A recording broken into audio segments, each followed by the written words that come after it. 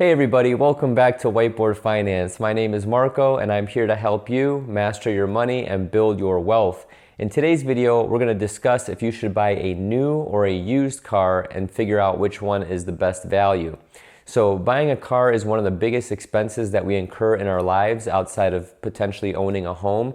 So wouldn't it make sense to figure out which is the best bang for your buck, either buying a new or a used car? So in this video, what I'm going to do is I'm going to show you a chart on the whiteboard just so you understand where I'm coming from philosophically and conceptually. And then I'm going to actually show you a live demo from a website using my computer, which I'm going to record, and basically share more concrete facts and evidence, and that way we can come to a decision. So in the second part of the video, I'm actually going to compare a Toyota, a BMW, and a Mercedes, and we'll figure out if buying new or used is the best option. Stay tuned. So I'm not going to talk about warranties or leasing or anything like that. Yes, those all do play a factor, but I'm thinking super big picture philosophical in this video. So there's actually another channel out there called, I think, like Car Angel or something like that, and he actually shares the same philosophy that I share. So I'm just going to draw this chart very quickly so you can understand what we're even talking about here. So if you want to buy a new car, picture this being year zero, okay? If you can see that, year zero is pretty much just talking about the day you bought the car. Let's say it's 2020 and the 2020 models are out and you're buying this brand new off the lot. Then we're going to go in intervals of 2 years, 2, 4, 6, 8, and why not, let's call it 10. Let's go 10 years out. So common sense tells you that you're never going to pay more for a new car than when it's brand new, unless it's, a collector and you're paying more for it down the road, but that's not the scope of this video. We're talking about just regular, everyday A to B transportation cars. So in year zero, obviously your price is going to go from here, and after the course of a few years, it's going to start to depreciate and level out at some point, okay? So this is going to be the cost of the car. So you can see in year 2, it's worth a little bit less, year 4, less, year 6, less, so on and so forth. Now, when you think about this logically, the big question that always comes up when you think about, buying a car new or used is that, hey, if I'm going to buy a used car, isn't this thing going to have all these maintenance issues and all these problems that come along with it? Or the exact opposite. If I buy a new car, maybe I'll defer the maintenance and I won't have to do, so much big maintenance to it down the road because it is brand new. So with that being said, I'm going to use another marker here. Let's use red, for example, and you're going to have maintenance costs in red. So we'll just call this like, maybe I'll draw like a wrench, even though, oh, look at that wrench, very nice. So terrible wrench. But anyway, when the car is new in year zero, you expect the maintenance costs to be lower and lower, and they're going to kind of go up as time goes on. Okay, you're going to start to have more major service at certain intervals, 30, 60, 90,000 miles. Obviously, that's when the more pricier service intervals come up. So instead of just doing, rotating tires, doing a little bit of oil, some checkups here and there, you're getting into bigger things like transmission, brakes, engine, stuff like that. So as the cars get older, obviously you expect to put more money into them. So just by looking at this chart here, obviously we have an equilibrium at 6 years. Don't count that here just because this is just a freehand drawing. Typically, if you look at where the maintenance is the lowest and the depreciation is the highest, that's probably going to be around year 2, 3, or 4. So right around here is going to be probably somewhere, we'll call this your sweet spot, okay? So with this philosophical chart and this conceptual chart being in your head, let's get over to the live video, and we're going to look at a website right now with a little bit more concrete evidence to support this claim. Hey everybody, welcome back to the second part of the video. I'm going to share my screen right now and I'm going to walk you through usedfirst.com.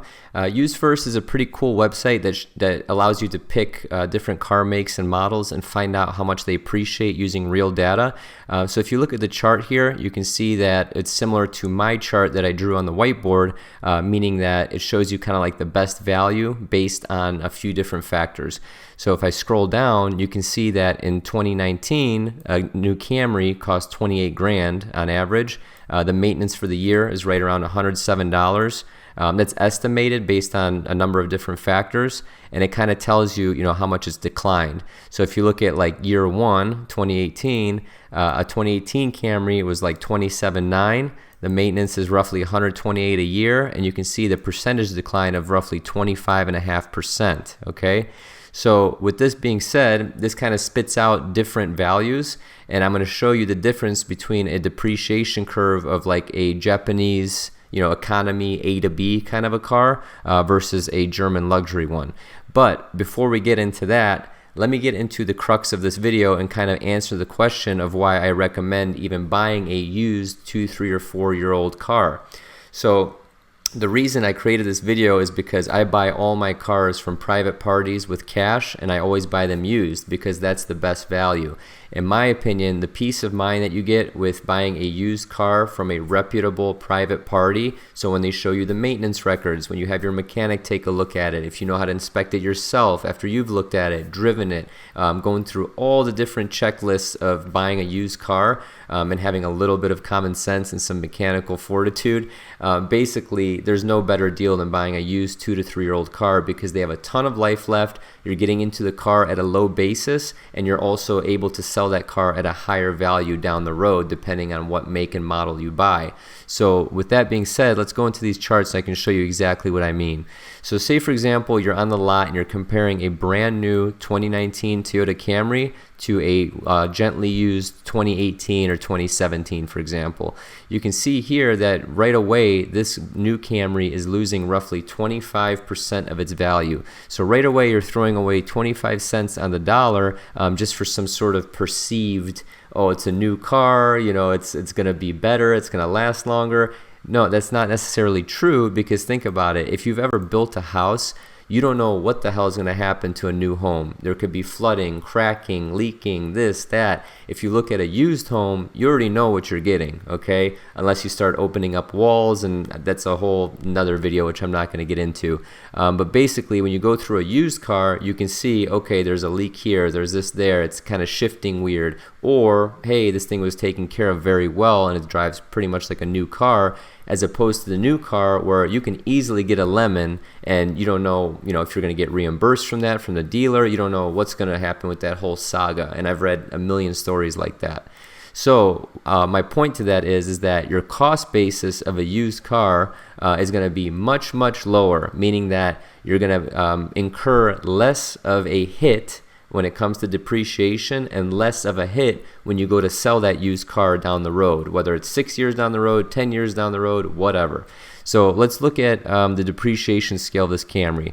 Let's say you buy it in 2018 for 75 cents on the dollar compared to a new one. You're not missing out on many features. You're not missing out on some earth-shattering safety features or anything like that, but you are getting in at a much lower cost. And if you sell it, let's say for example 6-7 years down the road, let's just call it, we're going back in time here, it's a 2011, it's still holding about 50% of its value, or let's call it 45% of its value.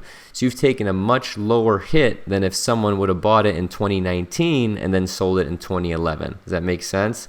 Now, if you want to see something funny, let's take a look at a German luxury car like a BMW 5 Series. So look at this depreciation curve compared to the Toyota, okay? The Toyota is kind of chugging along. It's very slow. It's not steep. And then you look at, the Beamer, and this thing just drops off a cliff.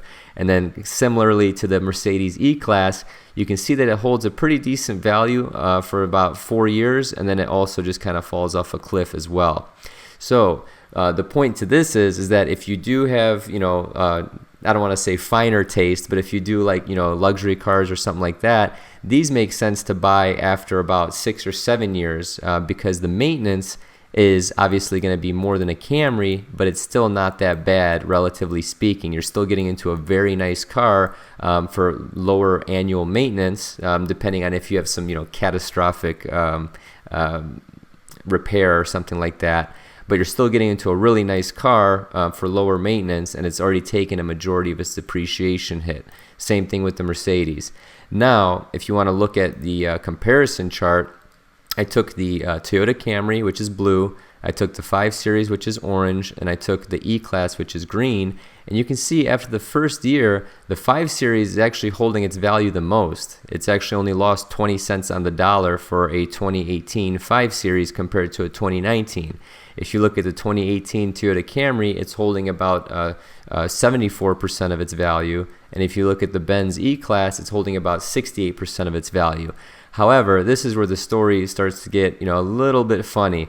The BMW and the Camry are pretty much the same after 2 years. The Mercedes is a little bit lower. But if you look at years like 3 and 4, okay, that's where the Japanese car starts to hold its value more and more, especially around, I want to say years 6 and 7. So these maintenance intervals, they typically go, 30, 60, 90,000 miles. That's when like the big jobs come, and that's when you have to pay the big bucks. I'm not talking about like oil and tire rotation. I'm talking about all the fluids getting flushed. I'm talking about, transmissions may start to go, stuff like that. So you can see where the Japanese car kind of holds its value as the older the car gets, and that's why these are typically, these make sense to buy when they're relatively 2 or 3 years old, and then you can sell them at a much higher rate or percentage left of the car's life, if that makes sense, from the original value that it was. So I hope this helped visualize that buying a used 2 to 3 year old car makes more sense than buying a brand new car. Again, that perceived maintenance is not worth it, you guys. If you take 30% off a brand new car and you kind of divide it out per month, you're paying a perceived a couple $100 more per month just for like perceived peace of mind for maintenance, when you can get that with a certified 2 or 3 year old car. So perfect example, if you look at like Lexus's certified pre-owned program, you can get into a very cost-effective car for basically free maintenance for 20,000 miles or for the first 4 service intervals. And I said I knew I wouldn't talk about warranties or maintenance or anything like that, but that's a perfect example. You're taking that depreciation hit, or you're letting the previous owner take the depreciation hit. You're getting into a real nice car, and you already have built-in peace of mind for 20,000 miles at least. So I think that's pretty cool, you guys. So something to consider for your next car purchase. At the end of the day, just trying to shift the paradigm in your head. If you absolutely need to buy new cars, that's your choice. You're an adult. But the point of these videos showing you these charts and facts is to kind of maybe just shift that paradigm in your mind that you don't need a brand new vehicle. So as always, you guys, please give the video a thumbs up if you enjoyed it. Share the video with one friend. And also check out the links in the description below. I do have a free weekly newsletter that goes out. It kind of updates you when I post new videos. And I will be starting a blog here soon talking about like financial things, investing platforms, stuff like that. So at the end of the day, you guys, I appreciate it. And as always, have a prosperous day.